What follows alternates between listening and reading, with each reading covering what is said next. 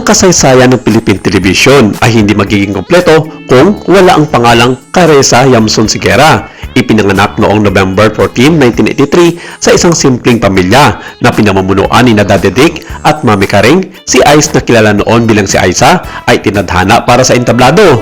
Sinasabing 3 taon gulang pa lamang siya nang maglakas loob na sumali sa Little Miss Philippines ng Itbulaga noong 1987. Bagamat hindi siya ang tinanghal na panalo sa nasabing kompetisyon, siya naman ang nagwagi sa puso ng milyong-milyong Pilipino.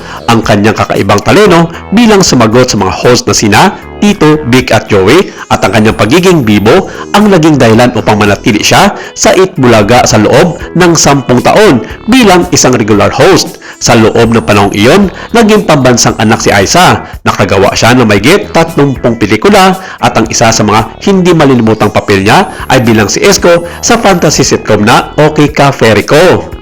Para sa marami, ang kanyang pagkabata ay puno ng saya at tagumpay. Ngunit sa likod ng mga tawa at palakpakan, may isang batang unti-unting nakaramdam ng kalituhan.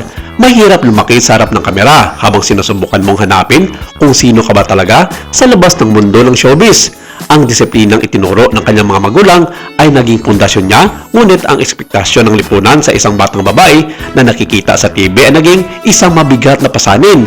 Dito nagsimula ang unang yugto ng kanyang mahabang paglalakbay patungo sa pagduklas sa sarili. Pagpasok ng taong 2001, muling niyanig ni Ice ang industriya ng sining, ngunit sa pagkakataong ito ay hindi bilang isang batang komedyante kundi bilang isang seryosong musikero. Inilabas niya ang kantang Pagdating ng Panahon na naging isa sa pinakasikat na kanta sa kasaysayan ng musikang Pilipino. Ang kanyang mahinahon, malambing at tapat na boses ay nagatid ng matinding damdamin na kumurot sa puso ng bawat nakikinig. Ngunit sa kabilang ng rorok ng tagumpay na ito sa musika, may isang malalim na kulang sa kanyang pagkatao. Habang ang buong bansa ay umaawit sa kanyang boses, si Ice ay nakikipagbuno sa isang lihim na laban.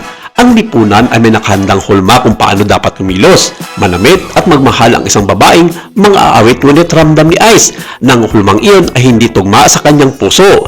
Ang tensyon sa pagitan ng kanyang pampublikong imahe at ng kanyang tunay na nararamdaman ay nagsimulang magdulot ng matinding kalungkutan. Noong taong 2007, nagpa siya si Ice na wakasan na ang pagtatago. Buong tapang siyang umamin sa publiko na siya ay isang lesbian.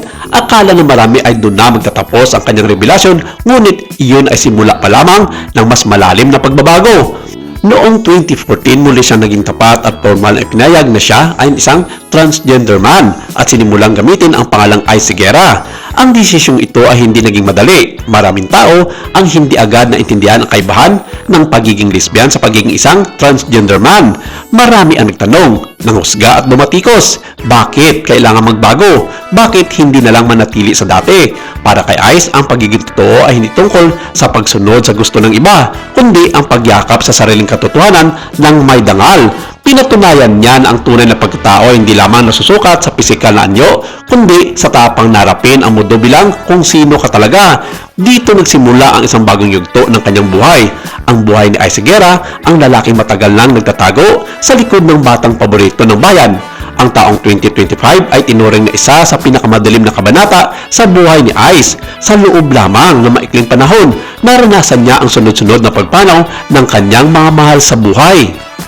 Pagkatapos pumanaw ng kanyang ama noong 2020, nitong June 2025 lamang ay nagpaalam na rin ang kanyang ina na si Mami Karing sa edad na 84. Ang pagkawala ng kanyang ina ang pinakamasakit na dagok dahil si Mami Karing ang unang taong tumanggap at naging lakas ni Ice sa lahat ng kanyang laban sa kanyang buhay.